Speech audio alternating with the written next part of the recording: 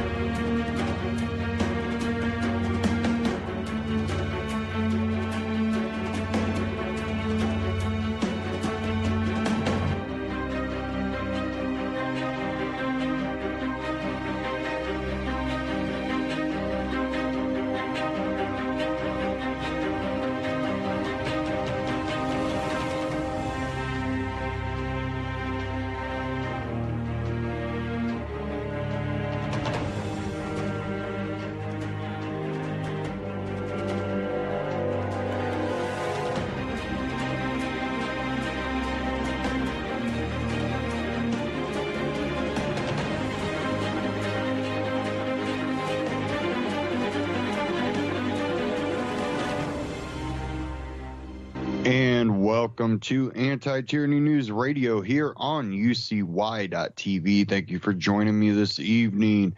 We'll kind of dive into Trump's speech here in a second. We're also going to cover something I've talked about quite a bit.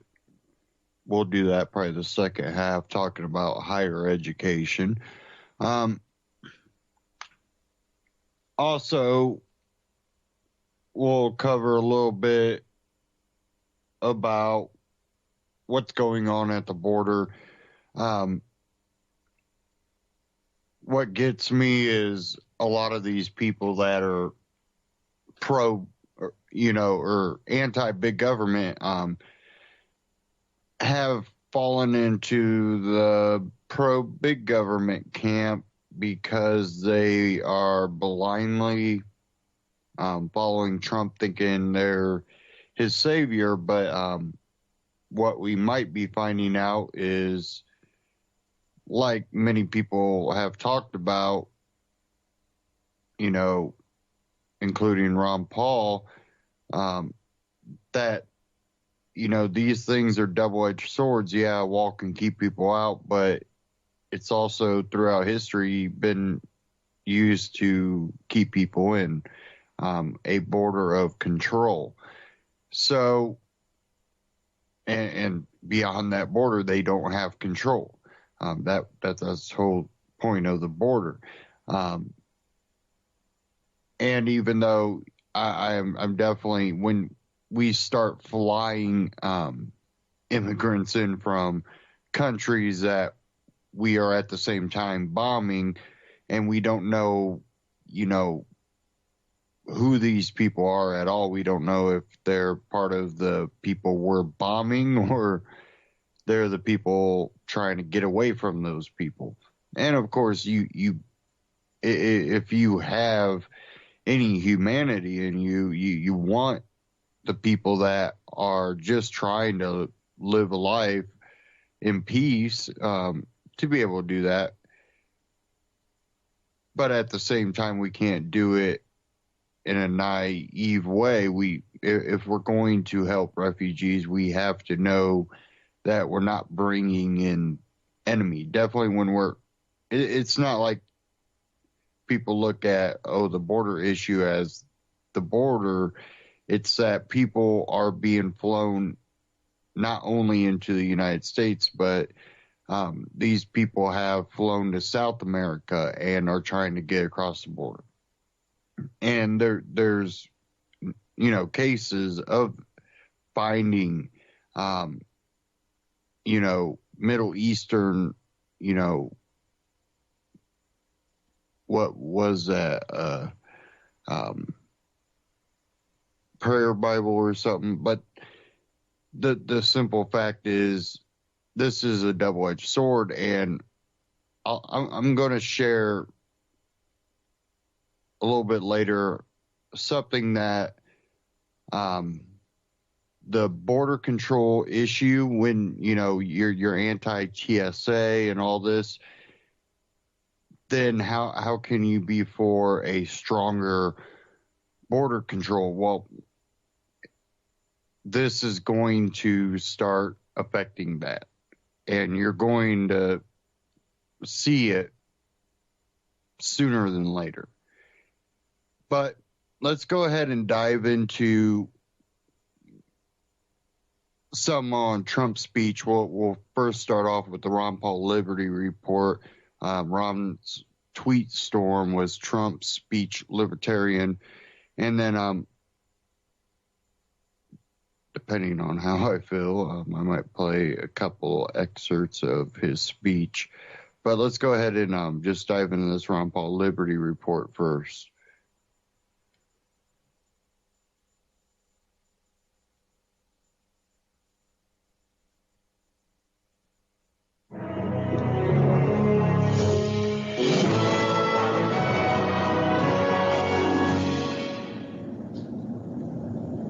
Hello, everybody, and thank you for tuning in to the Liberty Report. With me today is Daniel McAdams, co-host. Daniel, good to see you. Good morning, Dr. Paul. Good. I know you watched the speech last night as well as I did, and that was a chore for me because I generally don't enjoy watching those speeches and enjoy really attending, I have to confess, even when I was in the Congress, because they were so ritualistic and so canned. But I did listen to it last night, and a lot of other people did, and I thought it was important because in a way it is a historic speech. Things are different now. Conditions are so bad. People are very angry. It's a worldwide event, and people are very hopeful that since Trump is different, that he would come up with some answers, and there's still a lot of optimism there. Today, the stock market is at super record high, so everything superficially looks like it's going quite well. But I listened carefully, did a little tweeting last night, and tried to get the perspective from a libertarian, out there, because that, of course, has been my goal for many, many decades. I've never been somebody that I thought I was even running for office to enhance a typical republicanism or typical economic policies that we've had. I want to always see change. So I was anxiously, wanting to listen carefully and see what kind of good things I could find and maybe gently but firmly criticize the things that I think are going in the wrong direction. And I think everyone saw your tweets, and people have commented, and Bob Wenzel commented on them. And then I looked at all the comments under your tweets, and I think a lot of people missed the point, which was, as you said, you were tweeting as a libertarian. Yes or no is what he said, libertarian. So people said, Ron, get with the program, or why are you always bashing? It's not about bashing Trump. It's about the principles that you pointed out. So I pulled up a few of your tweets to put you on the hot seat. You got to defend them. Okay.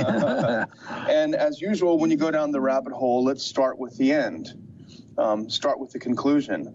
And if we can actually, let's put a couple of things up here. Your final tweet was your final grade. Final grade on the libertarian scale, plan strategy F, overall D-. You also had another little report card where you said his vision for the U.S. at the 250th anniversary, A-. His methods to achieve it, an F. See, that's a mixed bag because I loved his conclusion of his goals because in a way, very similar to what I would like to see. I imagine there aren't very many Americans could listen to his goals on what we should have in America, coming together in a healthy economy and everybody getting what they need in peace. He didn't say we need more war or any of these things. So I would say that was a wonderful statement, and that's why he got an A for that. But I think that whole thing, that issue has existed for a long time because I think the whole time I was in Congress, that was the goal of most people. I've never heard somebody come up, I want to create unemployment. The whole thing boils down to what are your policies? What are you doing? Are you changing it? Or how do you achieve this? But if we can agree on the goal, then it's back in the court of everybody involved. I think most important are the ideological issues views, the philosophic positions that we take that make the difference, because that translates into what the politicians do. So this to me was the most important, and I just didn't hear the things necessary, and sometimes things change. I know that he wants to lower taxes, and that certainly is good, but if you don't cut spending, what if the debt goes up? Will we rely on the Federal Reserve to print the money? And of course, that is the case. So I didn't find a lot of changes in great detail. Even the things on foreign policy where I had been more hopeful, I thought he was backing away a little bit, and that he wasn't as anxious to be befriend Russia. He didn't mention Russia. He didn't mention the Federal Reserve. He didn't mention a lot of things that I thought are crucial. And I guess one thing from a libertarian viewpoint is that the main purpose of government for a libertarian is the protection and the recognition of individual liberty and the rejection of the non-aggression principle, where nobody can commit aggression, including the government. See, that just seems to be a great distance from almost every Republican and every Democrat. Not every Republican, because we know a few that understand this, but basically what we look at is pragmatism, which fits into utilitarianism and economic policy. You do whatever the whim of the day is. If you have a problem here, do this, and not looking at it from a philosophic long-term approach. So therefore, I didn't see, wow, this is great. Libertarianism was on the rise. I happen to believe libertarian is on the rise, and that things are doing very well outside of the political structure. And that's the most important place anyway, where people, and especially young people now, are starting to understand what libertarian is all about. And that's where I'm encouraged, but I didn't hear it last night. That to me was disappointing. We should talk more about exactly how we can reach those goals that he so clearly stated what we should be striving for in this country. So in short, it's not about you like him or you hate him. It's about the issue. That's a philosophy. Eddie. He looked good. Great suit. I think he gave a very smooth speech. He was the rough edges seemed to be, honed down a little bit. And the establishment liked him, more. I mean, otherwise the markets wouldn't be soaring. His approach, he wasn't as he wasn't chewing out the media, and he wasn't looking for a fight. He was truly trying to have a presentation which was more accommodating. And so if you take that away from real policy, then you say, well, he looked better, and it looks like he wants to talk to people. But that, again, is, yes, you talk to people if you can agree on the right ideas. Well, speaking of ideas, let's look at a few things that you pointed out in the speech. And this is not in chronological order. We just sort of put a few of them up here to talk about what he said and where you might have some differences. Let's look at the next one if we can. Great Wall on the southern border, which is something he talked about, hopefully not to keep us in. Reduce incentives to illegally cross and change foreign policy. Problem solved.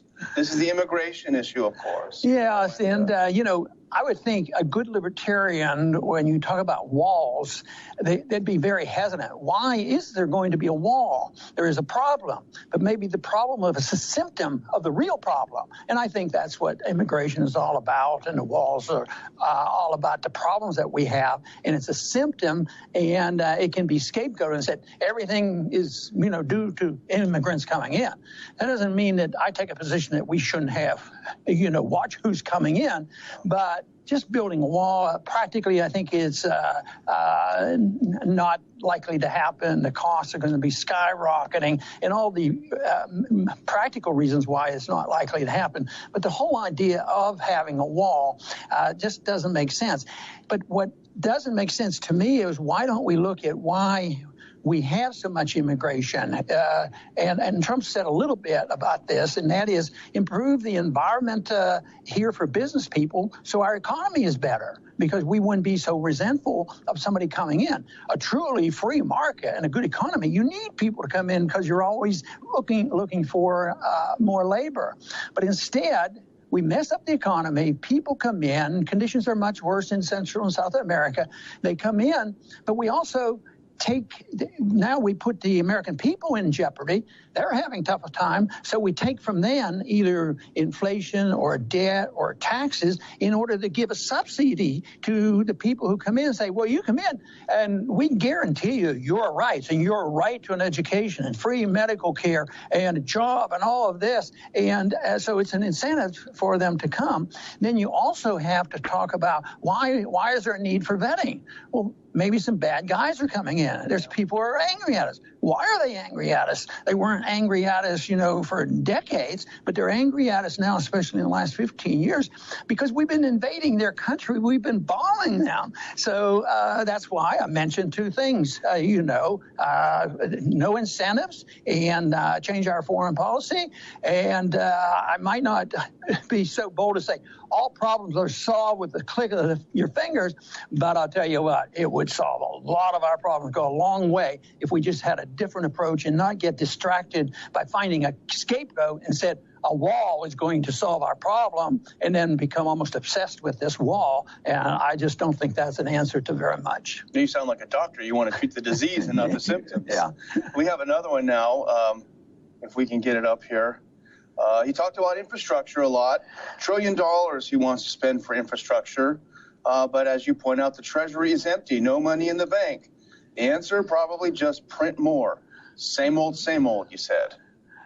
And this is very, very popular. So if you're a politician that needs to worry about the next election, you don't want to challenge that because you're getting Democrats in on this. The Democrats love this. Infrastructure, very good. But there is no money in the bank. If he does it and the people go along with it, they're going to have to borrow the money. And if there's not enough money out there to borrow, they'll just print the money. And I think the infrastructure should be looked at, but I don't think it was ever meant to be a federal government involvement. Matter of fact, they cite, because of this talk, we haven't done this since Eisenhower. It's interesting that when Eisenhower wanted to do this, he built these superhighways, which we all agree, enjoy.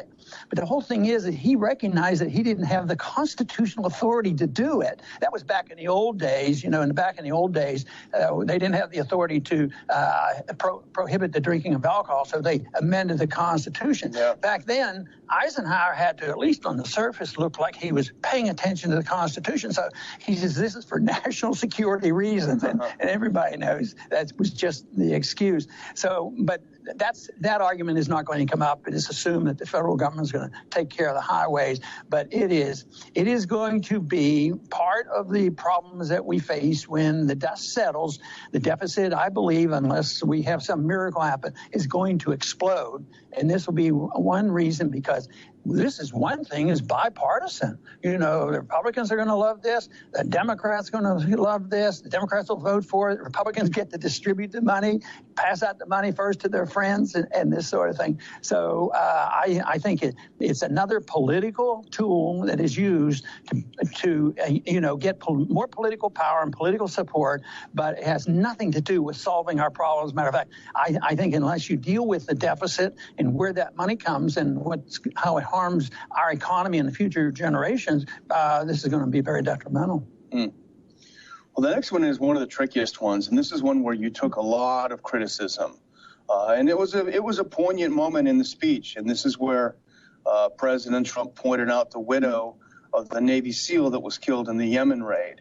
And this is the tweet that caused a lot of discussion on your Twitter feed, some supporting you and some others not supporting you. Warmongering is alive and well, tragically. Focus on the widow. What a terrible use of tragedy for political purposes. Well, this is a tough one. It came up in the debates, the presidential debates, because they brought a widow there. Somebody had died in the Middle East and presented the same case. And of course, I gave the same answer that I try. You can't do it in a few words. But to me, it's so sad and so tragic to see somebody like that suffering so. And I assume that it's a tough situation for everybody, because you can't tell the truth from the political viewpoint, because the truth is he shouldn't have died. Yeah. He shouldn't have died. We shouldn't have been there. We shouldn't have had that raid that didn't do any good. But in order to remove any guilt feeling from the people who sent them over there, or a family, if you say, well, this was a stupid war and he shouldn't have done it, you mean I lost my loved one?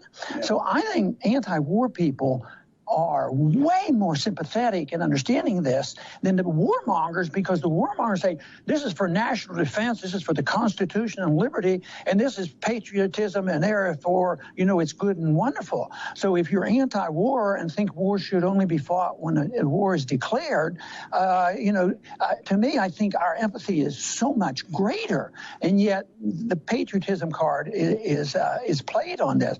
So the families, it'd just be horrible to accept. Not all of them do, because some of them turn and say, hey, maybe this was unnecessary. And even in this family, that might have been the case. So this to me is the other thing, the politicians who endorse the war. The Congress is responsible. The presidents, both of them, are responsible for this particular raid. They can't say, we made a mistake. They can't do that. They have to build up this super support for war, even if it's an illegal, unconstitutional war. So they have to do this. And then, of course, there's another sinister force that has to make sure that there's no criticism of this, is the military-industrial complex. They may be in for it for profits, but they sure don't want to get people thinking, well, maybe these lives would be saved if we did do it. And it reminds me of a very important story, because one person that conservatives look up to, and that is Ronald Reagan. And I remember this well because I was involved in the debate and really pleading for Reagan not to put the troops in Lebanon, in Beirut, and bring them home. And, of course, the tragedy was somebody with a suicide bomb came in and killed 242 Marines. And maybe it was settled and nobody said anything. Well, they were doing their duty, protecting the Constitution and our national security.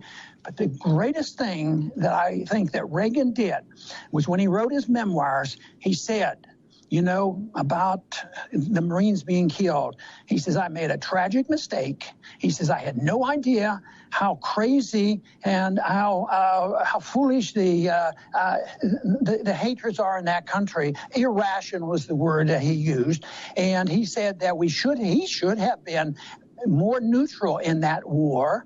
And he said, unbelievable statement. He said, if I'd have done the right thing, those Marines would still be alive today. Now, that is sort of the way I see things when I see people dying. It just tears me up. The person who doesn't want the war is the anti-war and have it only for strict defensive purposes. When people die, we've lost 10,000 people here. So this is one example which they're played on. I think they're using people for political reasons, not in strictly an evil way. It's just that that's the way it comes together, because they believe these wars are really necessary. At least they convince most of the American people that these wars are necessary. So that, to me, is a tragic example of what can happen, and also one of the most difficult things, to handle politically. But, I had that position during the time I was running for office in Congress, and I never thought that people, and I'd go to the veteran groups and talk the same way, and I think they understood what I was talking about. And most people are anti-war, but they so want to justify it and make an excuse for it. So that is one of the reasons why I have this position, and I understand very well why people would want to challenge it. Yeah, they transfer the nobility of the warrior onto the nobility of the cause. It was kind of a cynical ploy, because talking about the horrors of the Yemen war is now off the table. Yeah, and that's all, hides the whole issue. Look how long they had to sort it out on the Bay of Pigs and things like that, and who caused what. And right now they're still arguing, was this a great raid in Yemen? They're still saying, some people are still saying, oh, it was good. We got a lot of information, all this. So they're hiding from the truth. Yeah. So I'll switch gears now, and this is something that was a little bit more optimistic. Reducing corporate taxes, great idea, but you must also cut spending, otherwise disaster. little praise, a little criticism there. Yeah, I love cutting taxes. And matter of fact, my position when I had to vote, if there was a tax cut bill that came up, I would always vote for it, even if there was a chance it would raise the deficit, because taxes, no matter what, they have to be paid for. So I would always vote to cut taxes, and the deficit is, and the spending is a different issue. We should be talking about spending, and that's the real culprit. You know, even a balanced budget, if the budget is too high, it's still damaging because the government's taking too much resources out of it. But now they talk about tax cuts, and then they talk about revenue neutral. You know, if they cut here, they have to raise over here, or it's not considered revenue neutral. And then there's a group of economists that the politicians love. There's pseudo-Keynesians, and they say, well, with dynamic scoring, if we cut our taxes this much, the economy, instead of growing 2%, is going to grow 4% and produce more revenues. And that's going to solve the problem. But they don't deal with that. Superficially, I agree with the people who love tax cuts. I'd vote for the tax cut, but I will continue to emphasize that the problem is big government spending, whether it's infrastructure or wars we don't need or the welfare state. It goes on and on. We need to decide one important thing: what should the role of government be? And that role should be the defense of liberty. Okay, we'll do a final one. This is kind of your summation of the speech. You know, this is one of the last tweets you did. You said, "He never said audit the Fed, no spending cuts, more foreign intervention. The word liberty was not mentioned once." That's my disappointment, because the most important thing for a government is to protect liberty. It is conceded to most politicians that they only have to talk about safety nets economically, and of course, safe from the bad guys coming to get us, rather than thinking about the purpose of government is to provide liberty, because liberty is what provides for us economically, and it is the concept of liberty and minding our own business and staying out of the internal affairs of other nations that will bring about peace. So my goal has always been, to promote liberty, and believing justifiably that liberty is the solution to most of our problems, and that's what we should strive for, and that means government would be very limited. So yes, I was disappointed in that area, because my ears perk up when they start talking about, I'm going to make you safe. Well, people can be made safe if they can be turned into, protective beings, where you can be safe if you're a prisoner. You can be a slave and be safe, but you don't want, safety shouldn't be the main goal. But does that mean you give up safety? No, I believe in a free society, you are going to be more safe. Then when the government gets involved and gets us involved in these conflicts, and they undo the economy and give us all these problems. So one mistake goes to another one. I think the basic problem is we've lost a lot of confidence in ourselves as a people. And that's why I like Trump's last statement, because when he was saying these things about how things should be on our 250th anniversary, of course, my wheels turn, and that's precisely what I think about all the time. And how would that come about? And it doesn't come about by spending more money, more militarism, more involvement overseas, print more money, support the Federal Reserve, attack civil liberties, more drug wars, all this going on. That has just the opposite of what libertarianism is all about, and it's the opposite of what I personally believe. And really, I truly believe it's essentially opposite of what the founders had hoped that we would have eventually in this country, and it's not the case. Today, we have too much government and too little concern about our personal liberties. I want to thank everybody for tuning in today to the Liberty Report. Please come back soon.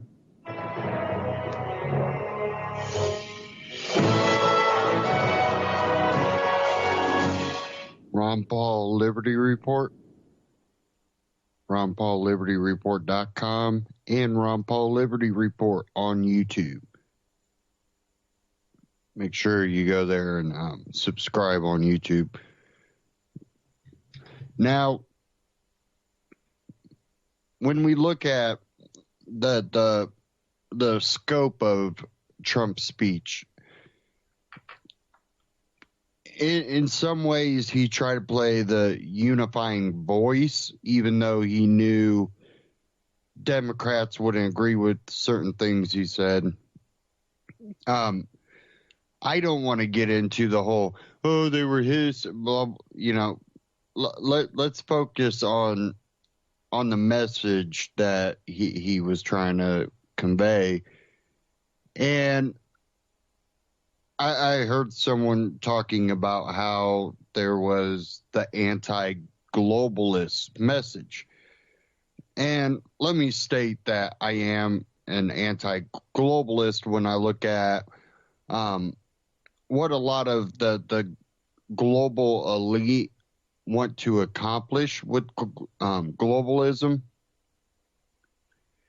I'm against that. But at the same time, when we look at the nationalist side of it, whether it be national socialism or national fascism or communism,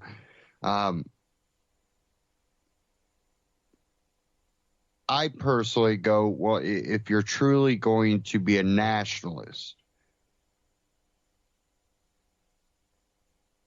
we would have to look at the Constitution. And you can't have a national fascism, a national socialism under that Constitution with that Bill of Rights. If we're truly going to have a nationalism, we do need the liberty. So the things that Ron Paul brought up, you know, about the wall, about no talk of spending cuts, even though he did talk about lowering taxes, but, you know, at a corporate rate, is that really going to be what we would like to see? Everyone needs tax cuts. I believe he did say the middle class. I want to say he talked about that. But there's also things that we have to be careful when we look at, you know, the nationalist movement. What we want is sovereignty as a free society. That means not only do we not want foreign governments telling us what to do or a global entity telling us what to do, we don't want a federal government telling us what to do. And then you go full libertarian, you don't want any type of government agency having the ability to tell you what to do, that you believe in a natural right that, you know, if you're living your life, not harming yourself, using your property as you choose without harming others, that you have the right to live that life. So we have to be careful by going, oh, you know, we're with him because he's anti-globalist. I believe in the, you know, anti-globalist movement. I don't know where Steve Bannon lies on this, but from what I've seen from Breitbart, it seems more leaning towards fascist. Not saying that that's what they believe in, but that's what it seems to lean towards when you look at a lot of Breitbart. So my question is Bannon running this or is Trump running this, and where does Trump stand? Does he truly believe in, you know, bringing us back to a constitutional federal government? And what I've heard from Bannon, he uses speech that's very tricky if you don't pay attention and you just kind of take a more of a overlook of what he says. I can see where people think, oh, look, he wants to limit the federal government. But what does he want from that? what it seems to me is it's not that he wants to limit the federal government. What it seems to me is he wants to basically limit how many people get a say in what happens, meaning bypass Congress, get rid of people when they're not doing what you need them to do. It's just simple, we're going to accomplish this with or without you. What is that? And does it truly limit the federal government, or does it just put the power into the president's hand and even take it more to a authoritarian type of control? Because even if Trump doesn't become some crazy out of control authoritarian, you create a position for the next president. And the position's been kind of already brought up to this level from past presidents. And I think that's where we should look at how a lot of these so-called anti-globalist agenda or national sovereignty agendas are played out. Now, I mentioned one about, looking at how border, control might play out. I got an article here from Jeffrey Tucker at liberty.me. Welcome aboard, but first, U.S. Marshals will scan your retina. For some 15 years, airport security has become steadily more invasive. There are ever more checkpoints, ever more requests for documents as you make your way from the airport entrance to the airplane. And, me personally, I remember not having a passport, just using ID and a copy of my birth certificate, and I was fine. Don't understand, how any of this made us safer, but whatever. How about we just stop bombing countries and then purposely flying in the people that flood for refugee status in the countries that are bombing them? Says here, passengers adapt to the new changes as they come, but my latest flight to Mexico originating in Atlanta presented all passengers with something I had never seen before. Like everyone else, I complied. What was my choice? We had already been through boarding pass checks, passport checks, scanners, and pat-downs. At the gate, each passenger had already had their tickets scanned, and we were all walking on the jet bridge to board. It's at this point that most people assume that it's all done. Finally, we can enjoy some sense of normalcy. This time was different. Halfway down the jet bridge, there was a new layer of security. 2 U.S. Marshals, heavily armed and dressed in dystopian-style black regalia, stood next to an upright machine with a glowing green. Every passenger, one by one, was told to step on a mat and look into the green scanner. It was scanning our eyes and matching that scan with the passport, which was also scanned yet again. Like everyone else, I complied. What was my choice? I guess I could have turned back at that point, declined to take the flight I had paid for, but it would be unclear what would then happen. After standing there for perhaps 8 seconds, the machine gave the go signal and I boarded. I talked to a few passengers about this, and others were just as shaken by the experience. They were reticent even to talk about it.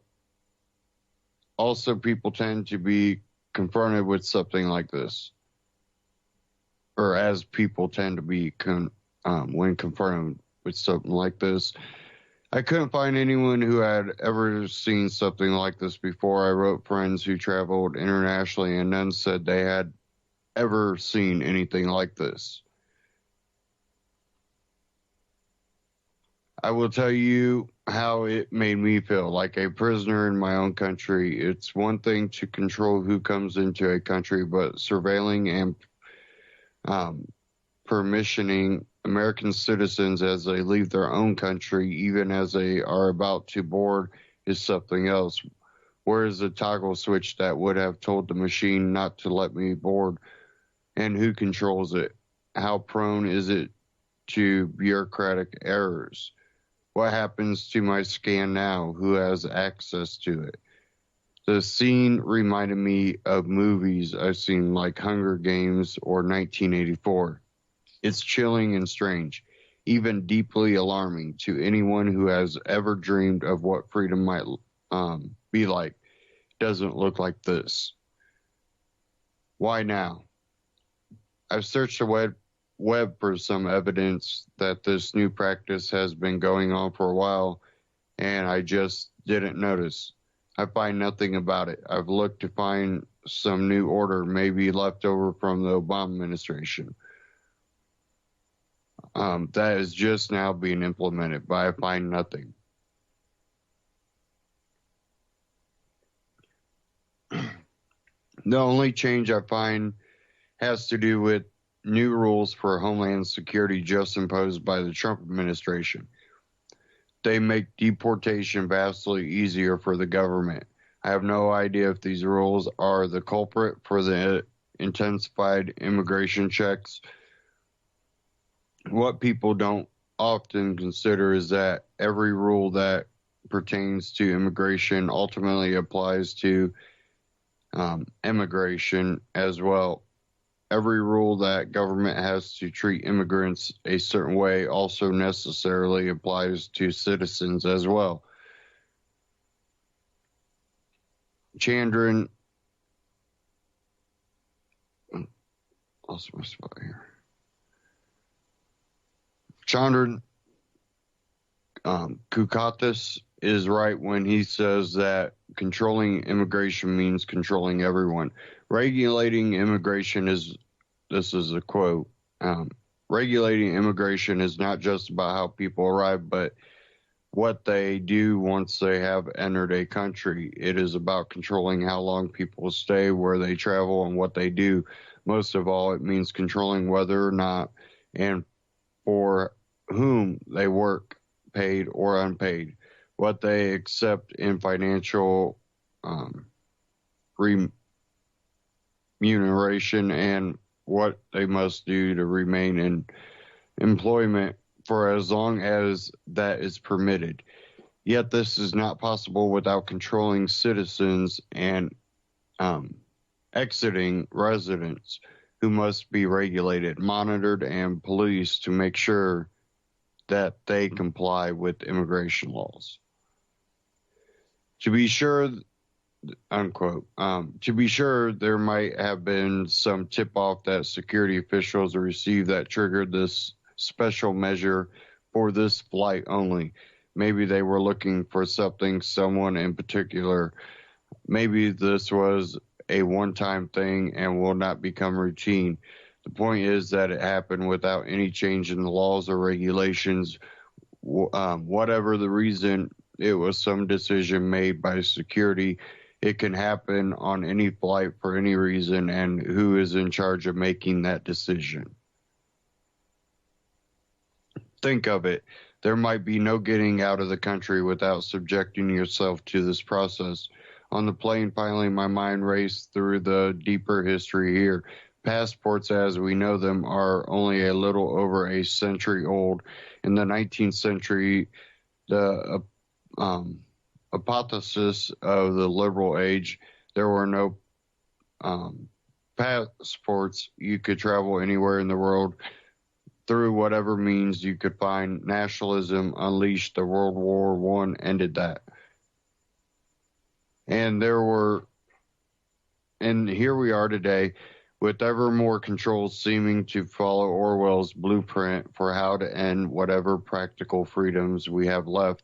And we are going this way despite the absence of any real crisis, any imminent threat. The driving force seems to be this: our own government's desire to control every aspect of our lives. Think of it. There might be no getting out of the country without subjecting yourself to this process. It is a digital Berlin Wall. This is what it means to put security ahead of freedom. You get neither. And, you know, when I first read this, the first thing that came to mind was the biometric collection going on in India, where they went around, and IBM was a part of this. And I talked about IBM and other, media, whether it be, social media or, tech companies, and how they tend to get involved with the government. And IBM was over in India, and the government and IBM supplied the things. And IBM, and wasn't there IBM and Hitler connection?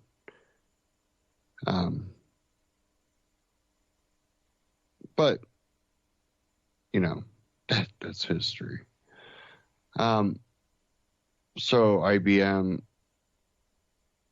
did the biometric of India, basically all of India. Iris scans, thumbprints. I can't remember. I know they got, photos, iris scan, thumbprint. I can't remember if they took DNA. I can't remember. But, that happened, that was, years ago or a couple of years. IBM wouldn't, have any reason to work with this government to biometric scan people. And, let's just say this is stuff going through my head. And I'm going, well, they tested it. This was a test. Anybody that knows Jeffrey Tucker, he's, freedom.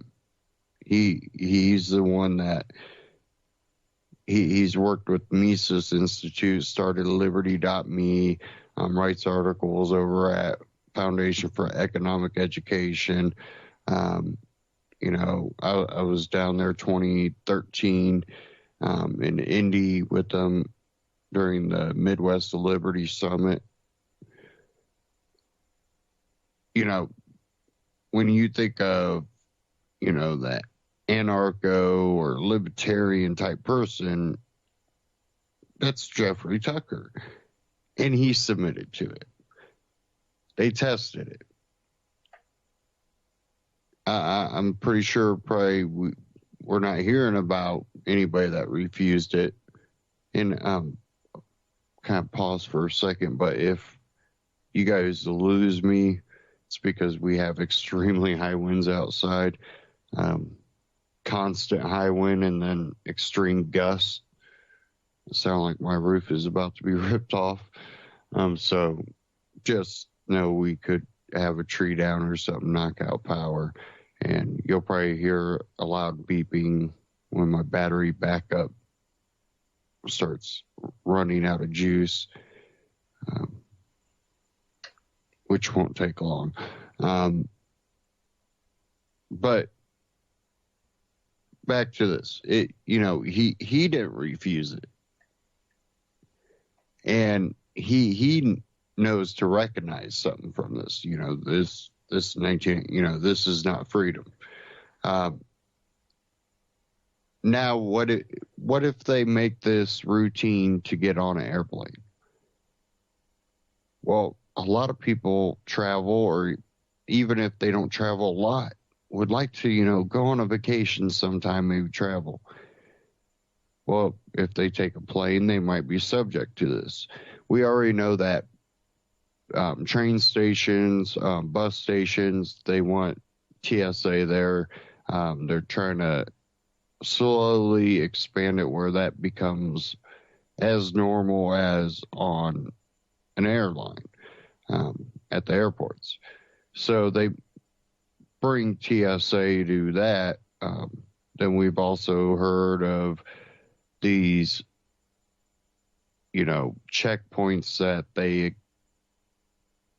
been kind of testing out, or, whether they be for some of the reasons that they explain, trying to catch drugs in semis, or, people's cars.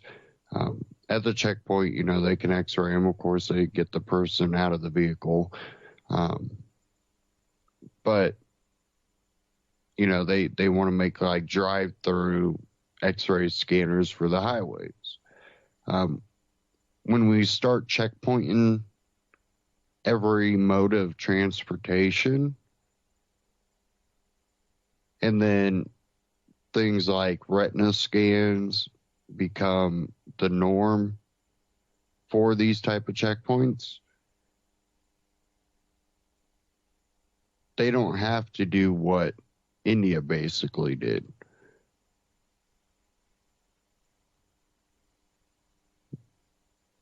They can accomplish a lot more. So that's my fear through a lot of these measures. And, that's not saying Trump would want things like this, but will he be convinced to set things in motion that will get to that point? And it might not be something that you should feel threatened about because he wouldn't use it on someone like you, but what about the next person? What about when he starts doing things maybe that you dislike, and then you speak out about it and you become a target? Absolute power corrupts absolutely, and that's something that no matter what side of the aisle you're on, you should understand, because that has played true throughout history.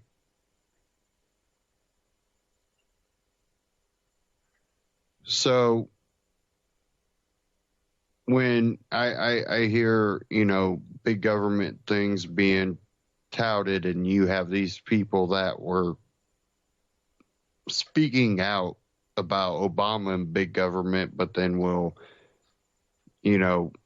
clap their hands for big government things when it's their side. I wonder if it's being naive or unintelligent or kind of swept up in the moment. I'm sure there's different reasons all around, and I think a lot of it also has just come down to people feel threatened by the globalism, and they're hurting. People want jobs back in America. People want to work. People want to be productive. People want to better their lives. They want to be able to work to something. And if he can drop regulation in a way that doesn't just benefit big corporate America, something that allows the little guy to get up, on his feet as that little mom and pop store. That's where we should focus. Deregulate where that, put measures in that, even if you don't want to completely deregulate that, these small companies that are 3-person company don't have to be burdened by these regulations. And I'm not talking about things that say, hey, you can't dump oil in the river. You know, that's kind of common sense. You're on other people. You're abridging other people's rights. That's unconstitutional. You are knowingly doing that.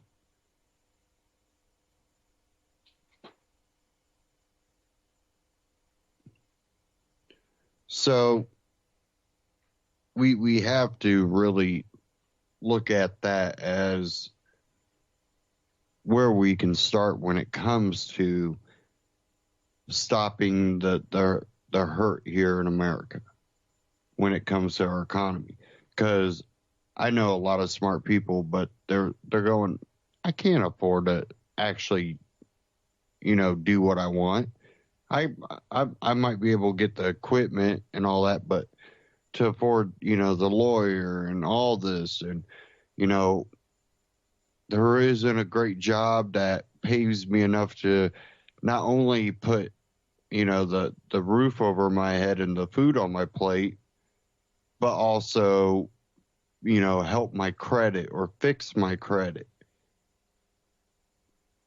I'm afraid to take out a credit card or anything because, what happens to the economy? It's not doing awesome.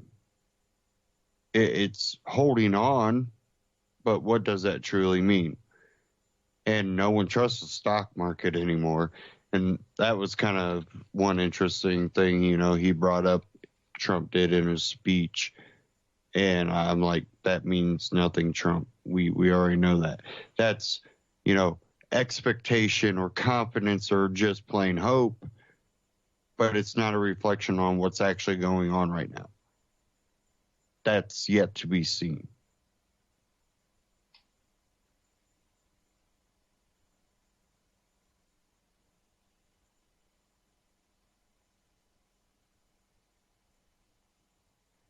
Okay, we're going to kind of move on a little bit here.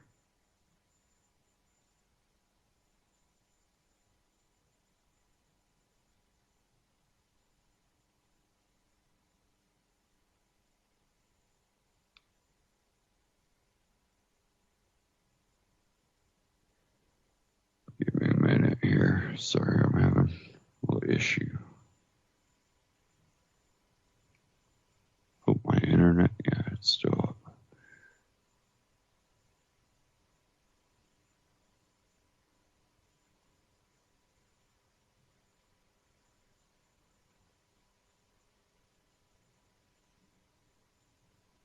Okay, got my browser back up now.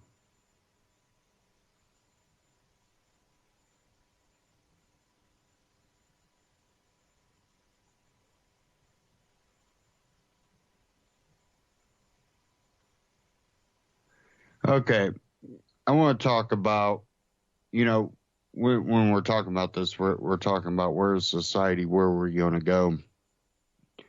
And I don't believe a lot of people are stupid, but then, one, I've talked to plenty of people, and really the lack of information on reality is amazing.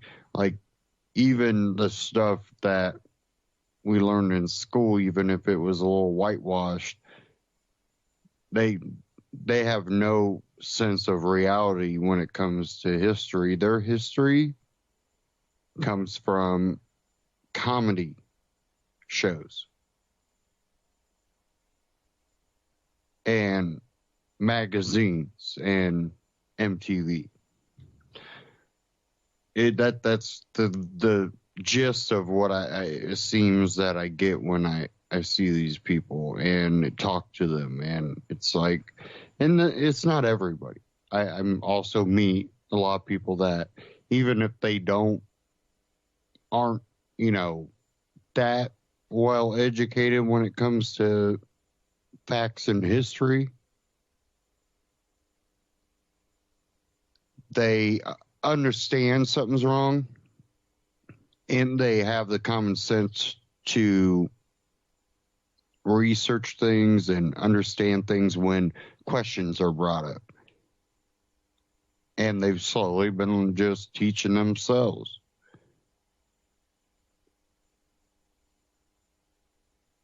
But I want to play this short Mark Dice clip and talk about it.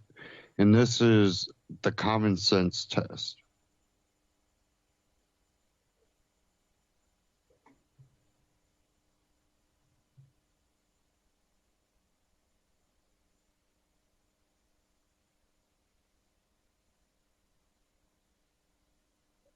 Mount Rushmore located in?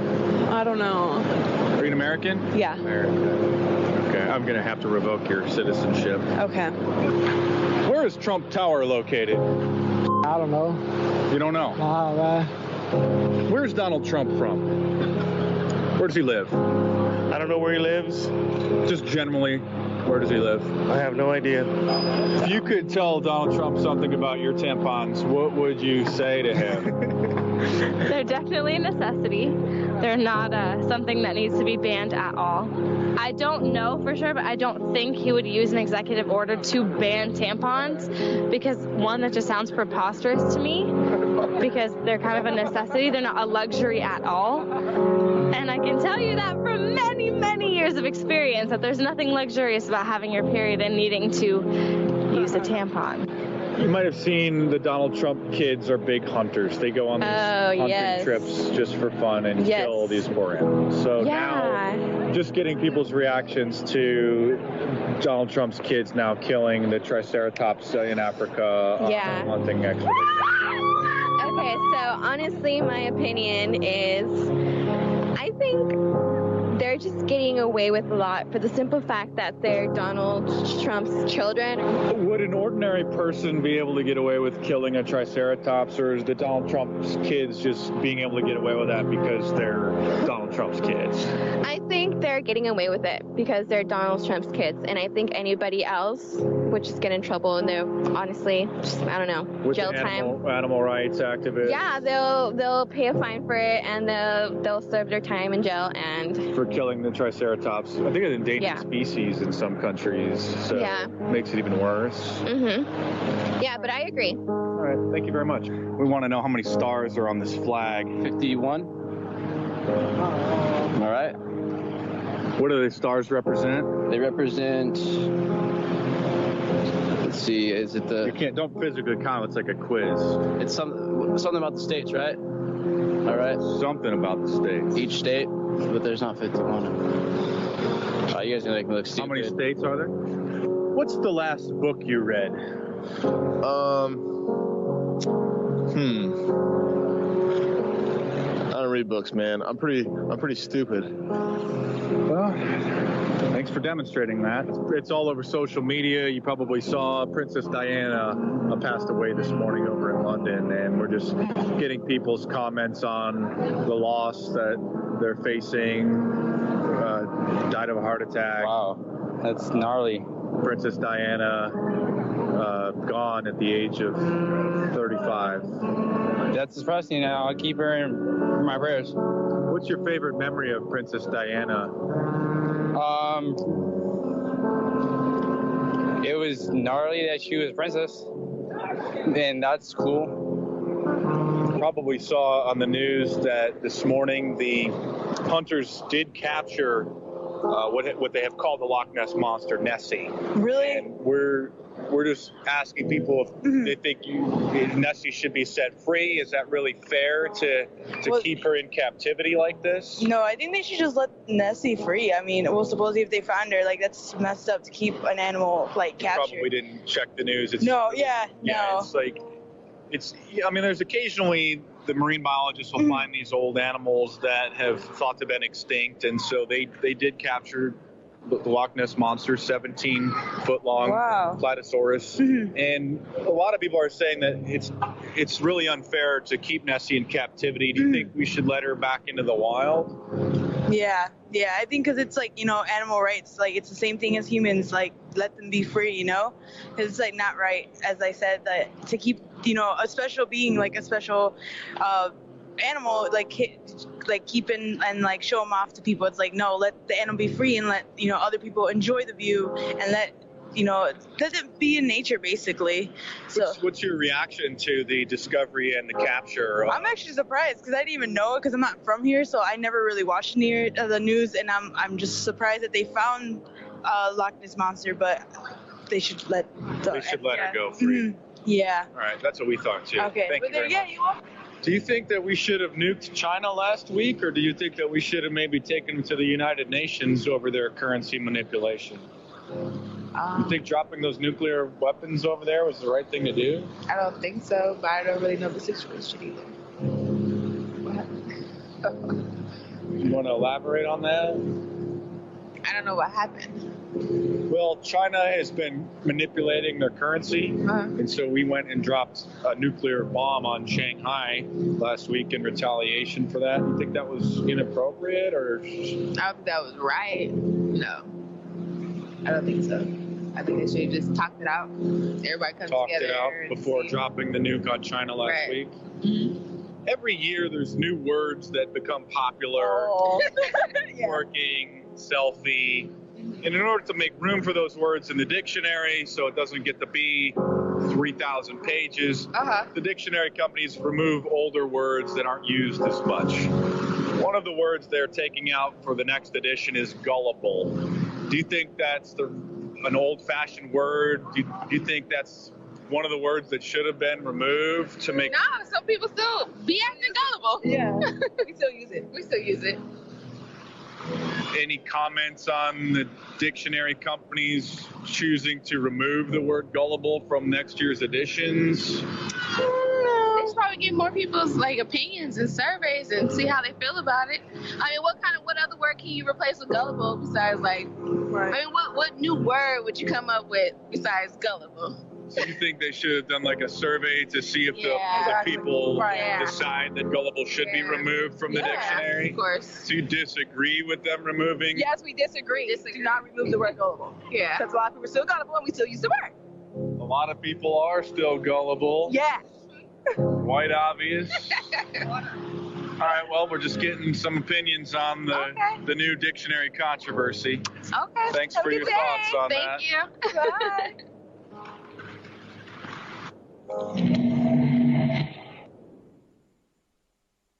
That was Mark Dice on YouTube. Go check him out. Subscribe to his channel because he's got just archives of these videos.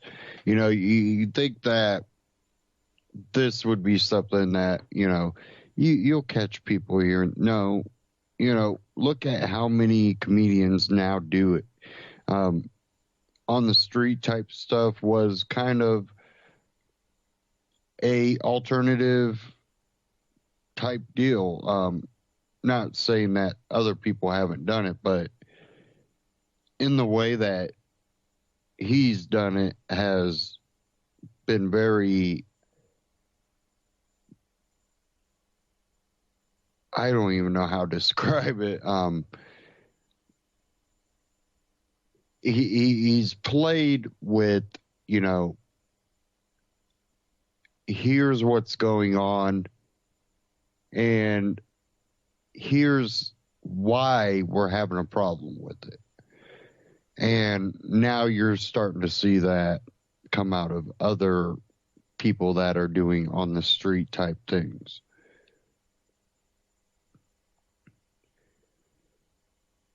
And, I've talked in the past about how do we get a candidate like Trump elected?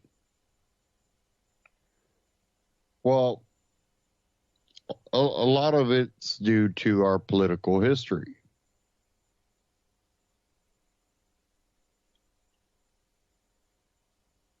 You have two Bushes that a lot of people didn't like. You had a Clinton that, even though the liberals love to tout him as a success, there's a lot of conservatives, gun lovers, and others that didn't like him.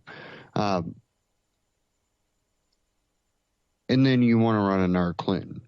We already did 2 Bushes. Evidently, in the primaries, we didn't want another Bush. If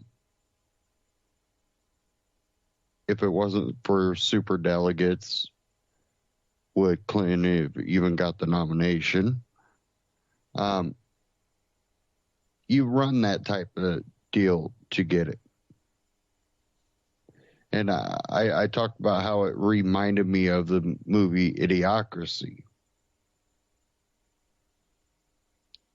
And even though it's not full-blown like Idiocracy, there's definitely similarities. But what even made me go, okay, we're even going further down that path. I don't really use Drudge Source as my only source for information because I know, Matt Drudge pits articles that go along with, his view and his agenda or whatever. Doesn't mean I always disagree with them. Doesn't mean I agree with them. But I like to go there just to see what he's posting. What's on his mind? What does he see? And then right now at the top of Drudge, yes, she can. Oprah rethinking if she could be president. And I'm going, this has to be some type of matrix and dream I'm living in. First Trump and then Oprah. And, play the Oprah card.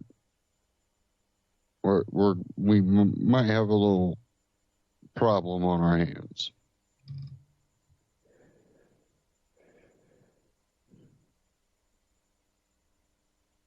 And then out of the Hollywood Reporter, will Disney's Bob Iger run for president in 2020?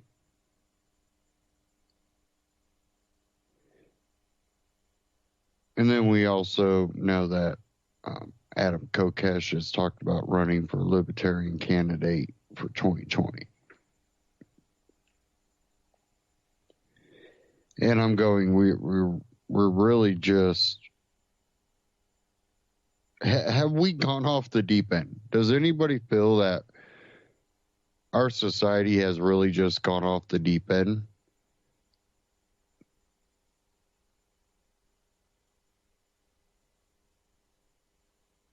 It's like feel like I'm walking around in like the Clueless movie or something. Or another one of those stupid comedies with the stupid people. I feel like I'm just walking around and I'm like, I'm seeing Ditsos like, am I the only one disconnected from the Matrix? It's like they're all walking around with chips in their head, but it's actually in their hand. And even though I use, social media and the extent of it, I don't let it control how I think and feel, even though I even keep up with pop culture. It doesn't influence me. It doesn't make me go, it's cool to be a liberal. Let me be, cool and be a Bernie Sanders supporter. And I actually seen that people that, I'm a Ron Paul supporter. Now I'm a Bernie Sanders supporter, or I'm a Trump supporter. And it's just like, they're not doing it because they're trying to stand for a principle. They're doing it because it's trendy or because of an emotion.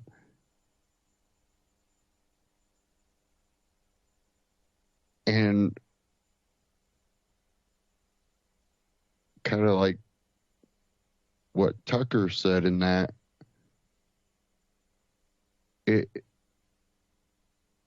it feels like 1984, where the big screen comes on and everybody, yeah. Except it's not Trump getting on there and just riling his people. It's that social media and mainstream media are also playing another card.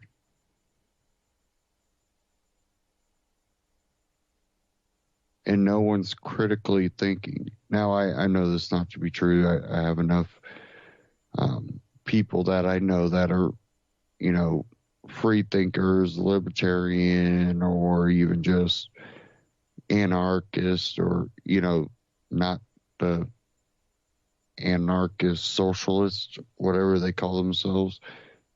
I'm talking about true, limited to no government type. But they don't believe in rioting and all that. Protesting is one thing, rioting is another. And again, a lot of this kind of has been proven to go back towards, you look at the whether it be public education or the higher education.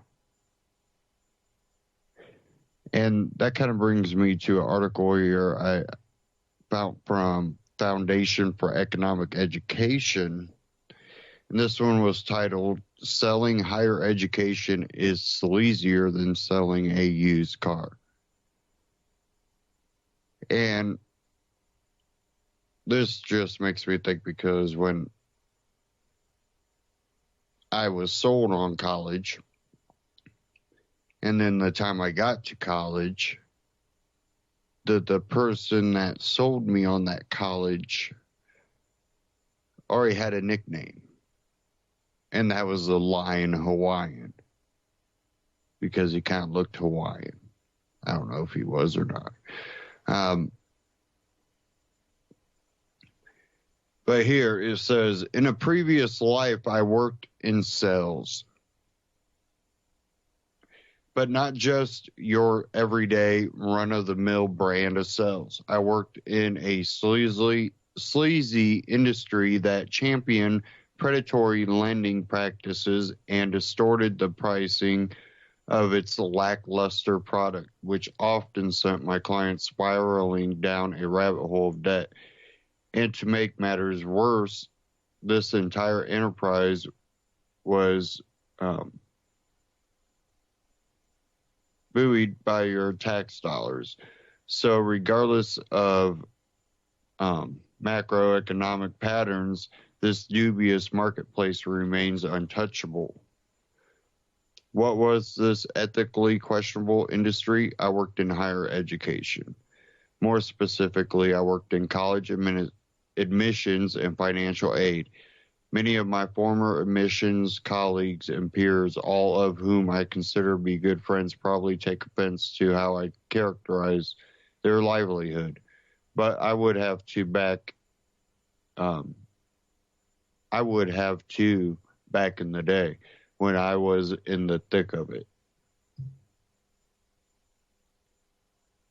I took pride in my work, but it was taxing, unintended.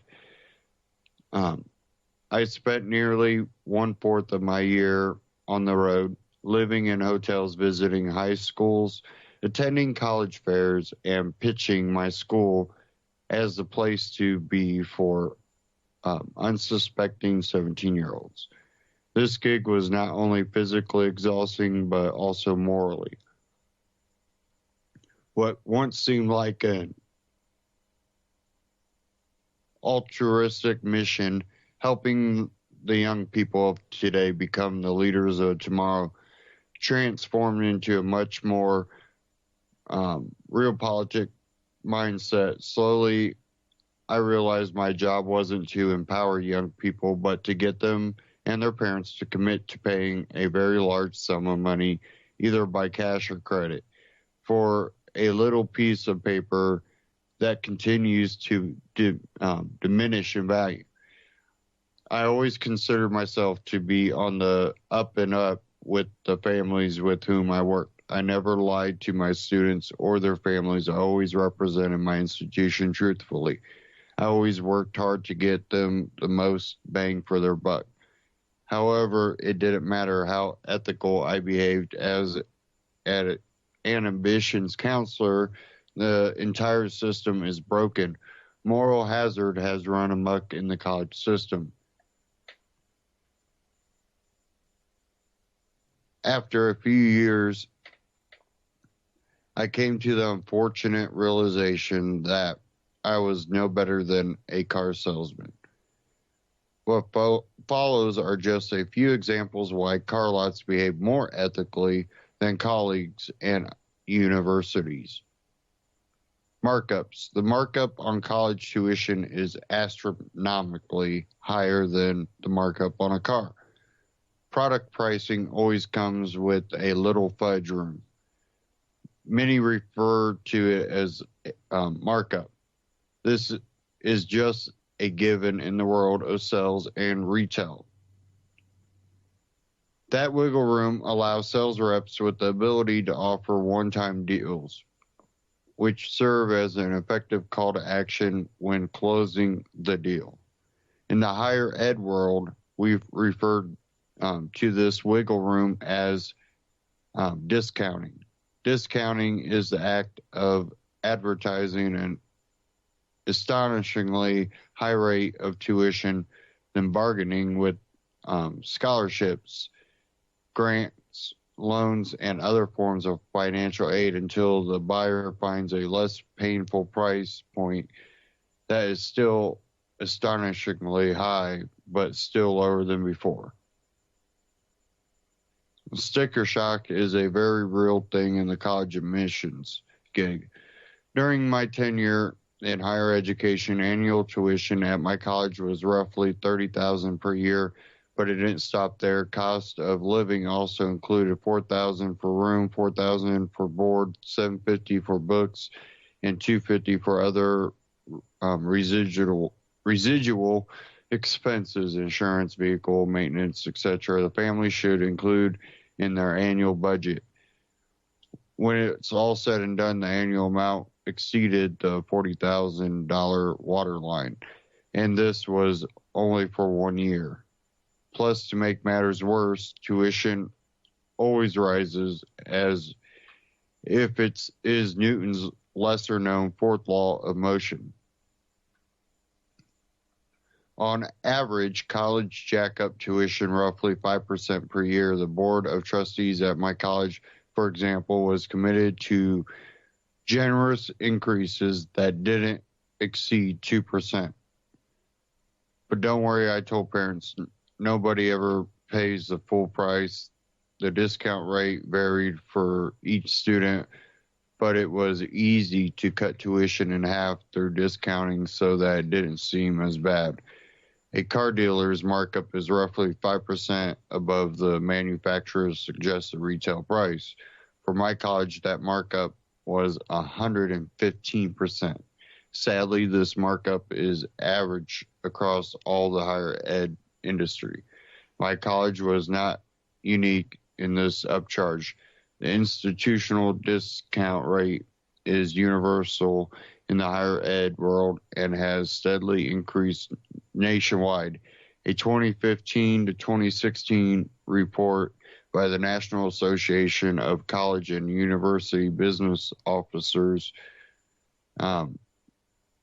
estimated that institutional discount rates peaked at 48.6% that year, a trend that deemed to be not sustainable.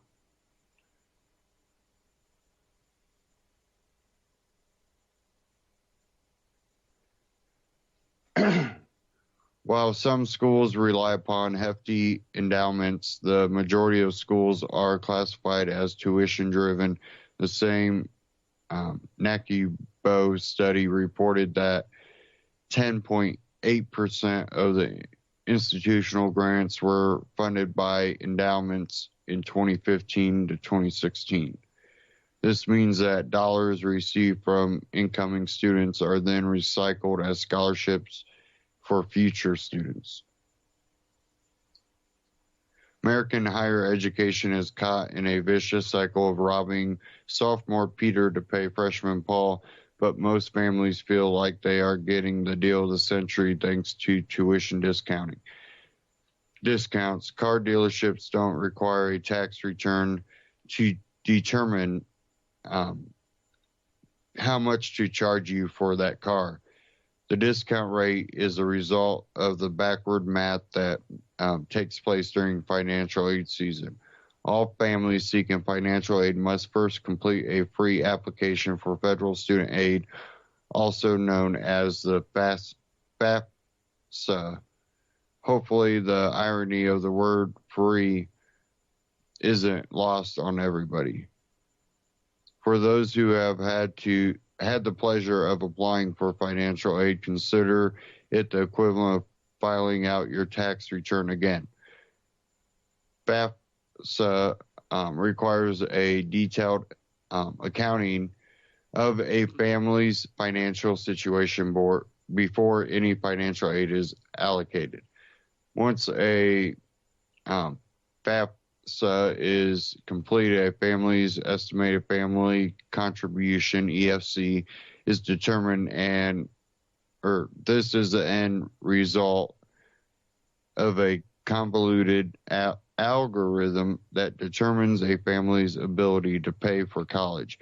Colleges and universities subtract the EFC from the cost of attendance, tuition, room, board, books, etc., to determine need.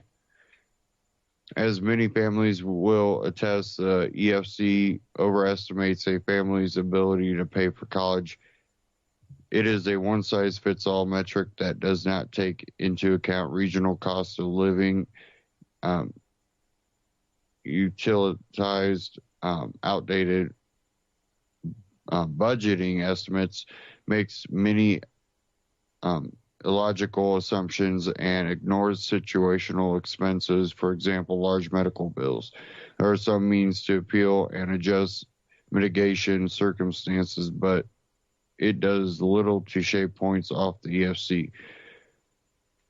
But name any other product or service that evaluates your ability to pay before setting a price.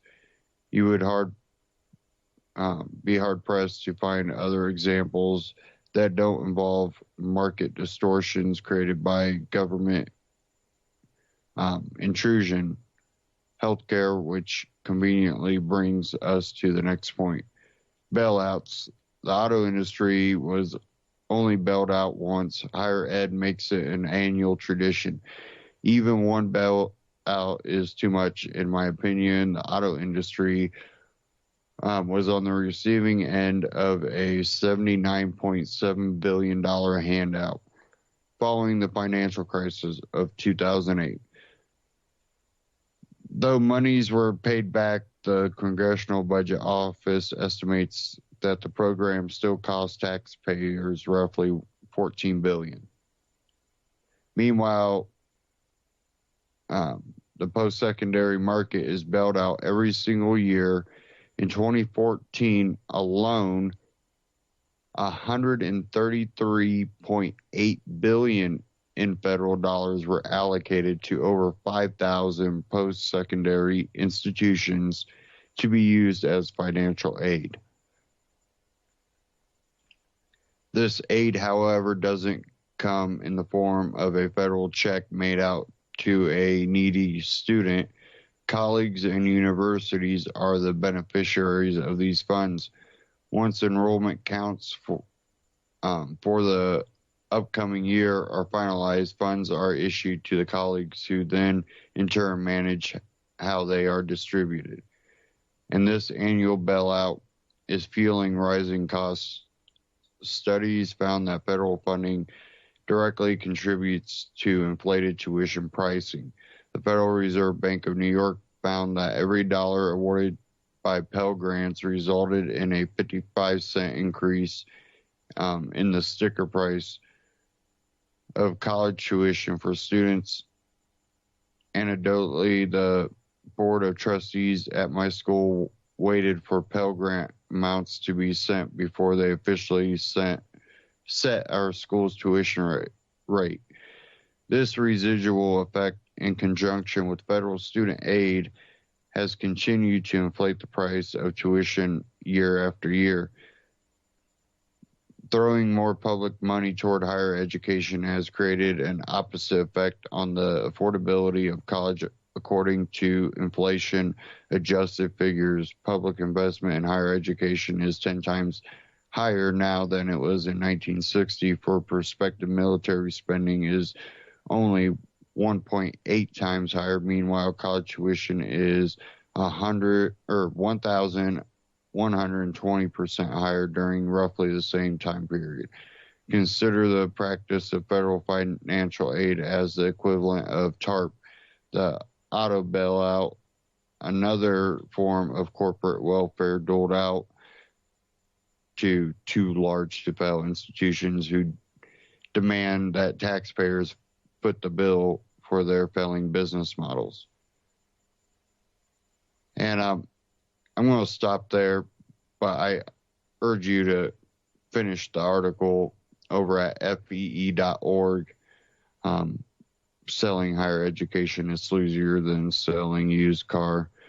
And the article goes on, and he talks about a possible give me a second here. A potential bubble, and he also talks about so far there's basically no end in sight. Again, go check that out, fee.org. And I've talked about this before, you know, the prices have become so inflated, and then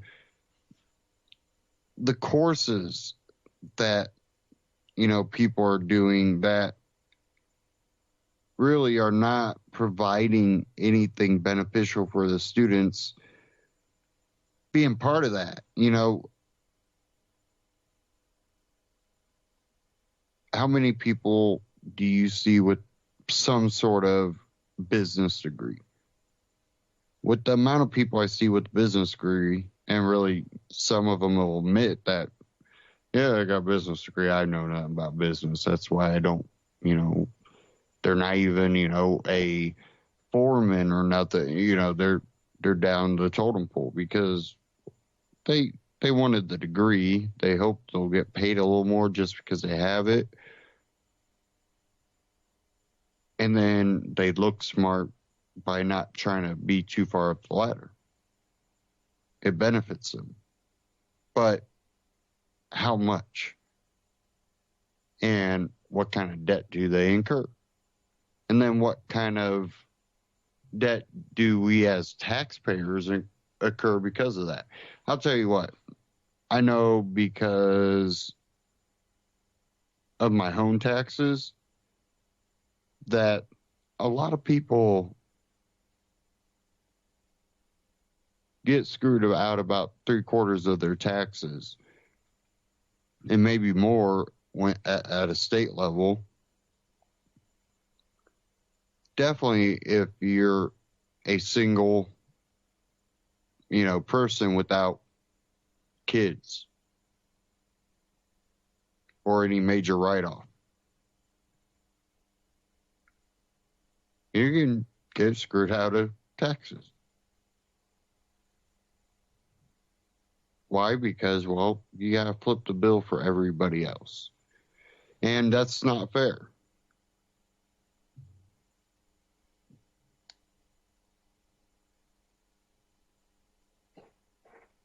So, you know, I really urge people to raise their kids more of a way that might encourage self-education, self-awareness, and free thinking. Give them true education, because then they not only can talk about what they know or wave a piece of paper, but when it comes down to it, they can prove themselves at every, you know, challenge they come across.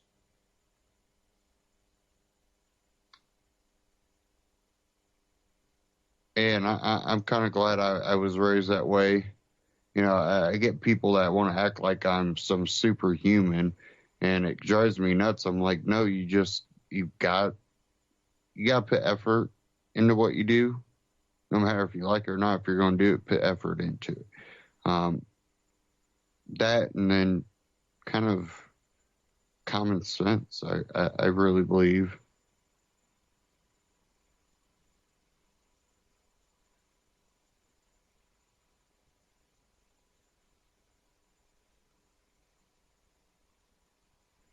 Now, I do want to cover a little bit when it comes to one thing that I talk about a lot, others, other libertarians, and Tea Partyists talk about, and that's the Federal Reserve. First, I'm going to play a small clip from We Are Change. What will happen with the U.S. Federal Reserve under Donald Trump?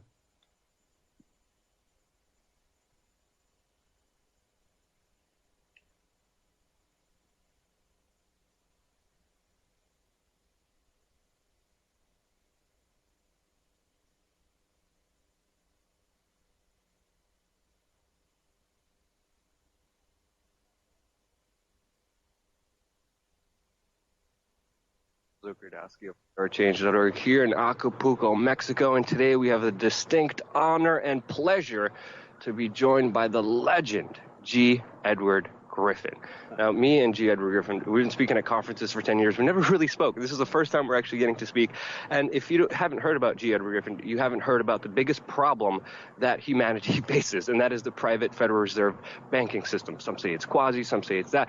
But G. Edward Griffin really broke it down in such important ways that other people haven't before. And I thank you for the work that you've been doing. And I would really love your insight about the current state of the Federal Reserve. We're seeing Donald Trump in office, who supported verbally the audit the Federal Reserve bill, while at the same time appointing people for Secretary of Treasury that don't approve of this, and we're working with Goldman Sachs and we're working with other bankers. So currently today, what is the state of the Federal Reserve? What's really happening? Well, I have to say that I think that nothing has really changed so far, and we all have great hopes that it will. But to put this into context, I want to explain that I'm not, what I might say, what comes to my mind will be totally off the cuff, but what I might say is not either a pro or con, Donald Trump. It's just an observation of what the state is and what the history is and so forth. And so I have to put that in context, which is that we have probably seen at least 30 or 40 years of political action changing from one party to the next, and one candidate to the next. We've heard a lot of rhetoric, a lot of campaign speeches, and there's one thing that emerges from that if you really stand back and look at it, and that is that there is a disconnect between what candidates say and what they do once they're elected. Okay, now this isn't Trump I'm talking about. I'm talking about all of them. So it should be no surprise if we should find that there's a disconnect between the speeches that Mr. Trump has made and his appointments. This is, what else is new? Mm-hmm. So, no, okay, and that's the context. I think the rest of that is that politicians, whether we like them or not, whether they're on our side or the other team or whatever, they spend a lot of time and money conducting polls to find out what's bothering people, what's on their mind, what do they want to hear, and then they hire, well, I don't know whether Mr. Trump hires speechwriters, but most of them hire speechwriters to say what the public wants to hear. Okay, so in other words, I'm kind of a skeptic in this area. I think the proof is in the pudding, and the pudding is who are you selecting for your key positions.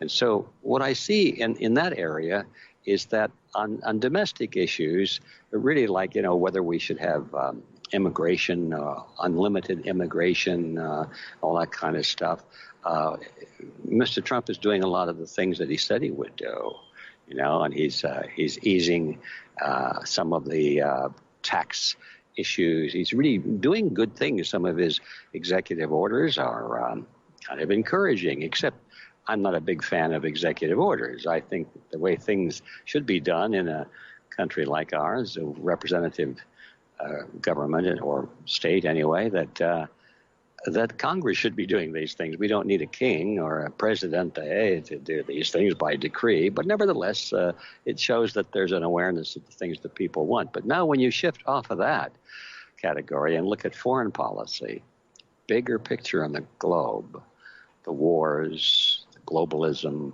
the loss of American sovereignty, the drift toward an international currency, and now we're talking about the banking system. And in those areas, which in my view are probably even more important than the domestic issues, as important as they are, it looks like the Trump administration looks like it's going in business as usual. So that's my observation. I don't know if it'll continue or not, but I suspect it will. To me, it's always very important to be skeptical no matter what happens and always question authority. And we have seen a large portion of the alternative media kind of go into cheerleader mode and not really be as the accountable force that they used to be. And when we're dealing with issues like the Federal Reserve, we're dealing with a very powerful, serious threat. Can you, I know this is a very open-ended kind of question, can you talk about the seriousness and the importance of the U.S. Federal Reserve? Well, it's hard to quantify that. It's okay. Well, it's hard to quantify that because money is sort of one of those things you don't think much about, except when you don't have enough of it. You say, I wish I had more of it. But if you look at it from a sort of a aerial view and say, well, what important? How important is money in society? Well, it's perhaps the most important thing of all because it's in the middle of every human transaction, except for the voluntary ones. But most people pay for services or goods. Every transaction, you're exchanging money. Now, if the hidden hand, if you want to get conspiratorial on this, if there were a group of people that you don't even know by name, you never heard of them, and they're controlling the value of that money and how much of it is being issued, how much interest is paid on it when people borrow it, they have an indirect, hidden control over your life and maybe 50 to 100 transactions a day. And so it's incredibly important because it determines not only what you can afford to do, it determines how you are compensated for your efforts. It determines who gets most of the benefits, because if you play the rules and you do the things that this hidden hand likes, well, you get the goodies. And if you don't, well, all of a sudden you're looking around for more money. You can't get credit. You can't, so forth. So yeah, it's incredibly important because it affects our lives, and more than our lives, it gets specific about.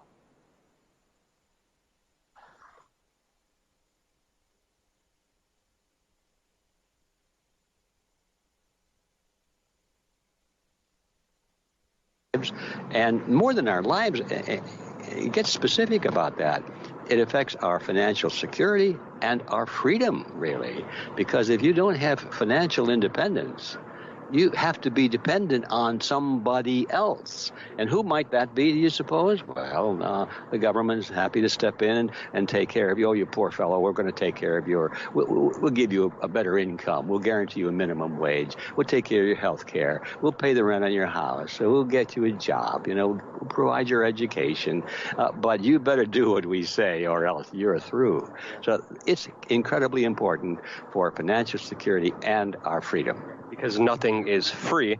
And I think it's also important to highlight that the system rules because of our participation. And if we weren't participating, holding up that belief, which is the only thing that's holding up their whole system, I think there would be a big change, because we could change that at any moment.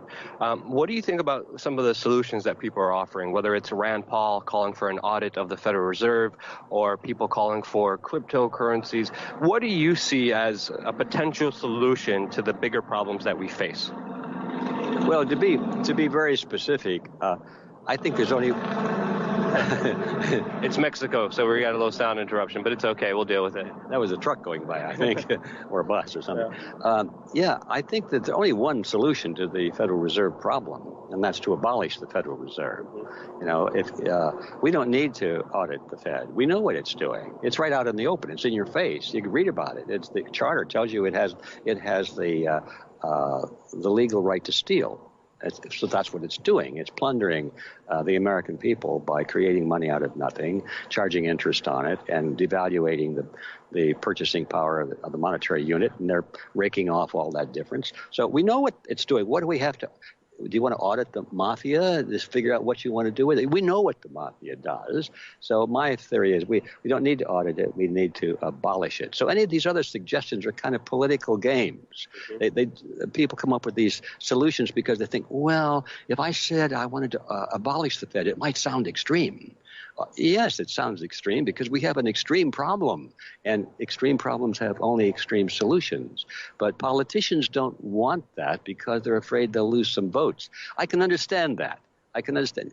You know, that's why I would never be any good in politics, because I'd say it the way it is. Yeah. If you don't like it, well, then, you know, I'm sorry, brother, but that's it. Yeah. But politicians cannot do that, I suppose. Although I think they could, but they don't. Yeah. So that's my view on that. Yeah. And there's a lot of control. There's a lot of extortion. There's a lot of other surrounding things that not many people know about that you were able to put in great detail in your books and in your lectures and everything that you have done throughout your tremendous career. Last question is it possible? Can we do it? Of course it's possible. Everything is possible. If we just have enough desire, enough motive power to do it. It's not easy. There's the difference between possible and easy. And in a way, it is easy, too, because all we have to do is create an awareness among the American people of what the scam really is. Now, that's not so easy because people don't want to read, they don't want to hear it, and so forth. But it's simple, let's just say it that way.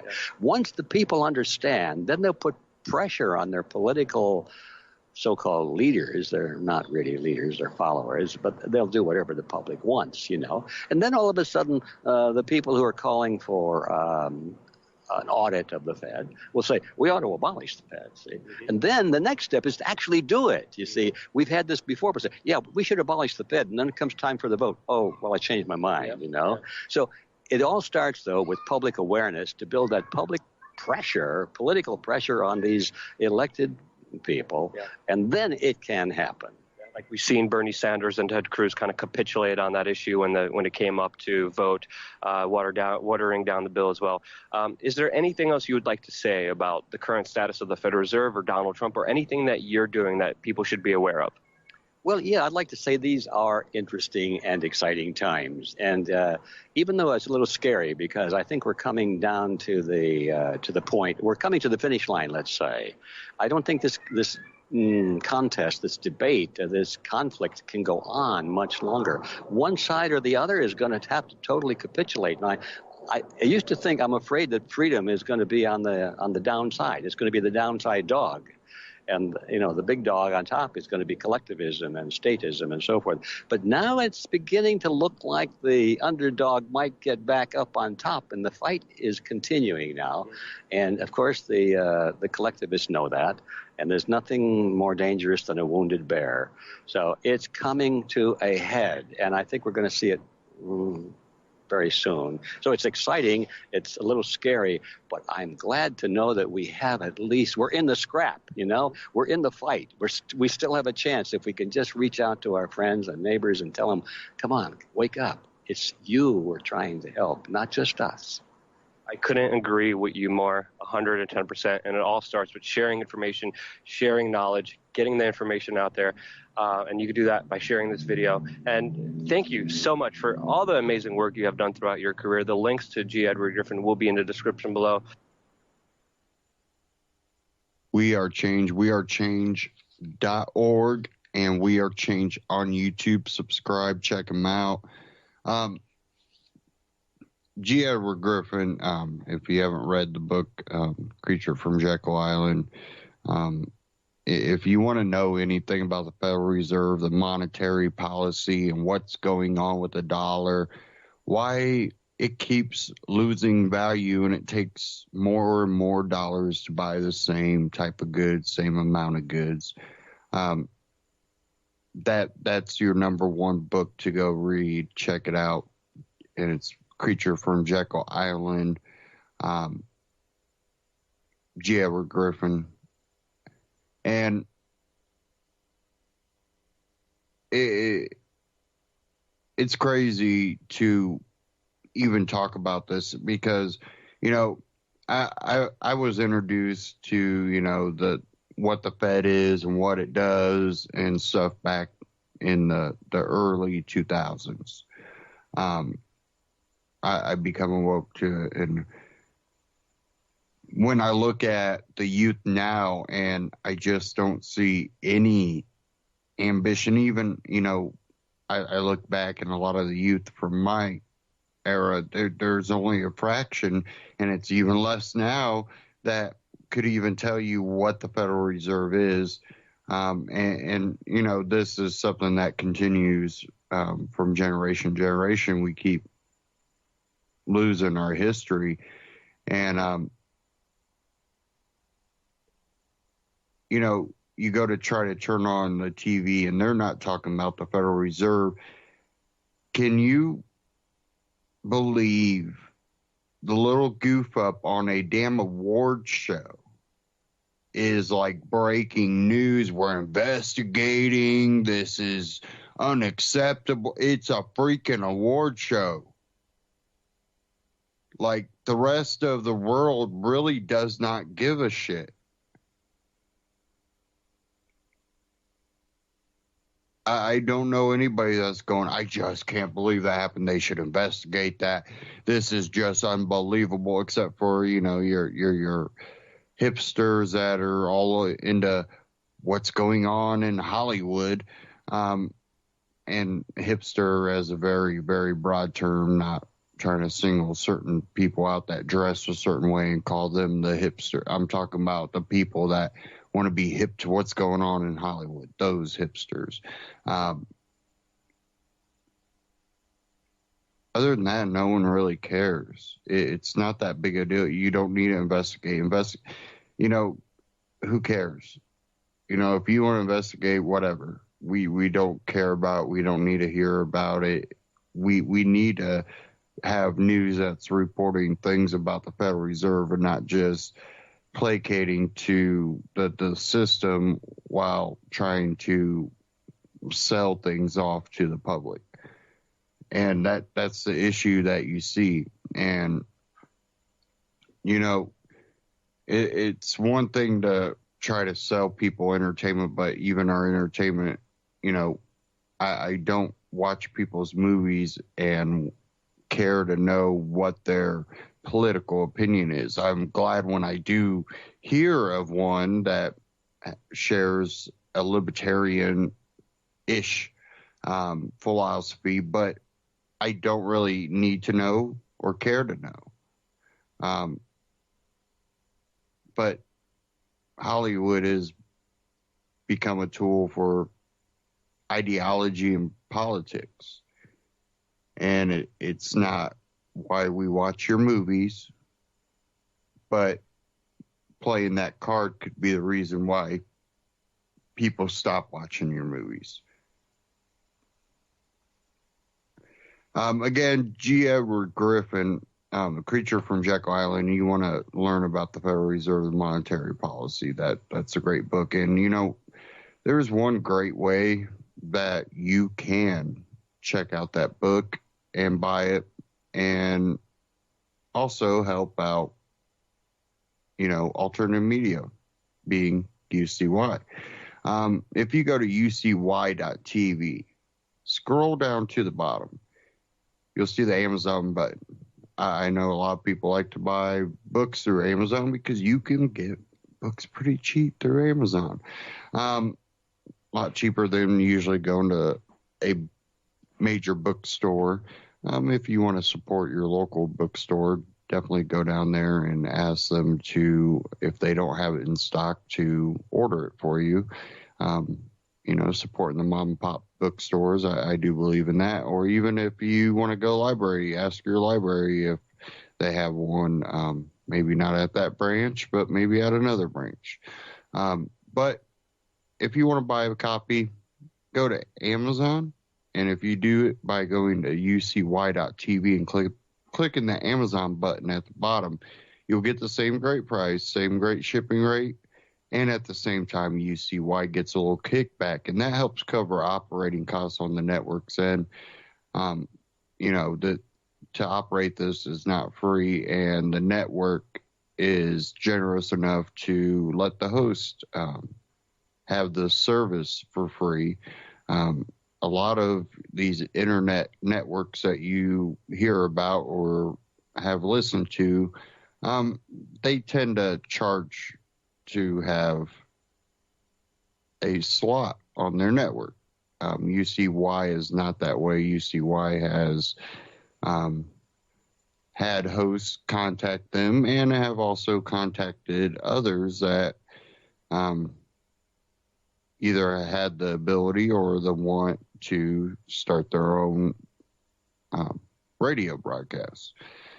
And I think UCY has a really, really good collection of theories and philosophies, ideology, politics, and voices. And I think the best thing about UCY is, even though you might have a lot of differences, I believe every host here is trying to search for the truth and to really progress the message of freedom for individuals.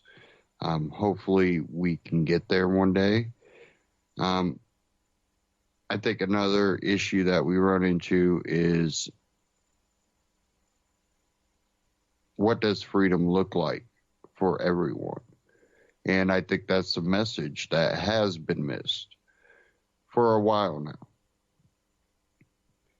Because if you go, well, we want to know what freedom is for the gay couple that's getting married,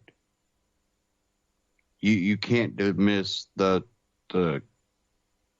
diehard Christian that happens to have a little cake business, and they go, well, I'll bake it for you. I don't want to cater, at the event or be a part of the event.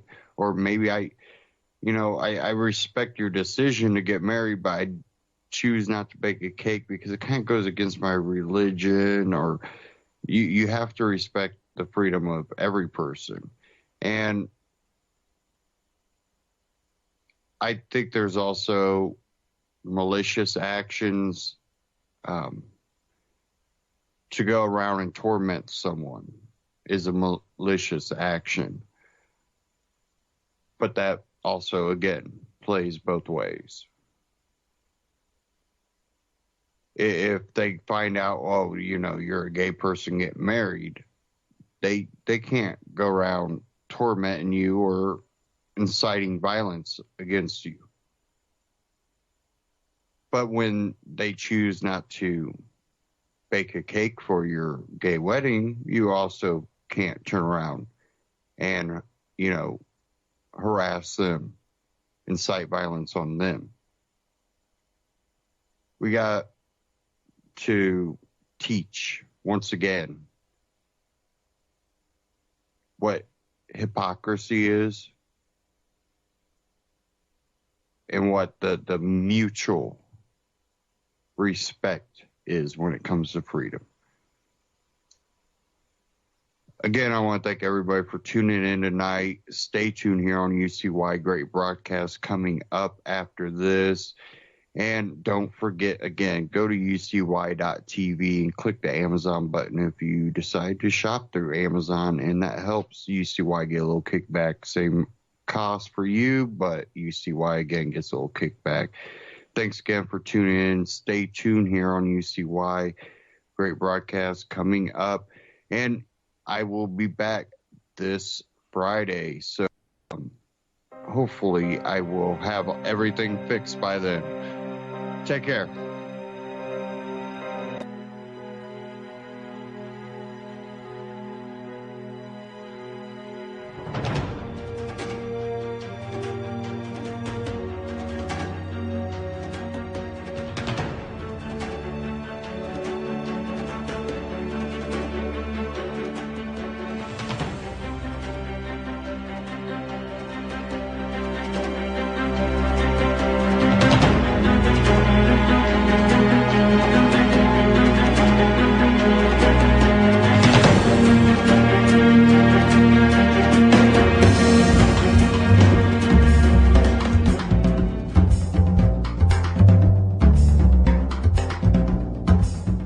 This is Ozzy Skateboard, and you're listening to Use.